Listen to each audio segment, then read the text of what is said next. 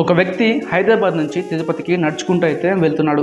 మరొక వ్యక్తి హైదరాబాద్ నుంచి తిరుపతికి హాయిగా ఏసీ బస్సులో అయితే వెళ్తున్నాడు. ఇద్దరు కూడా వెంకటేశ్వర స్వామి వారిని అయితే చూడడానికి వెళ్తున్నారు. అలాగే స్వామివారు ఇద్దరికి కూడా ఒకే రకమైన ఆశీర్వాదం, ఒకే రకమైన ఫలితం అయితే ఇస్తారు. ఎప్పుడంటే ఇద్దరిలోనూ కూడా ఒకే రకమైన భక్తి అనేది ఉన్నప్పుడు. ఇదే విషయాన్ని శ్రీకృష్ణ పరమాత్మ భగవద్గీత 5వ అధ్యాయం 4వ శ్లోకంలో అయితే చెప్తున్నారు. సాంఖ్య యోగౌ పృథగ్బాలాః ప్రవదంతిన పండితాః ఏకమప్యాస్థితాః సమయగు ఉభయోర్విందతే ఫలం.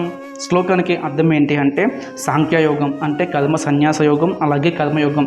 ఈ రెండు కూడా వేరు వేరు ఫలితాలు ఇస్తాయనేసి కేవలం మూర్ఖులు మాత్రమే చెప్తారు. పండితులు ఎప్పటికీ కూడా ఈ విధంగా అయితే చెప్పరు.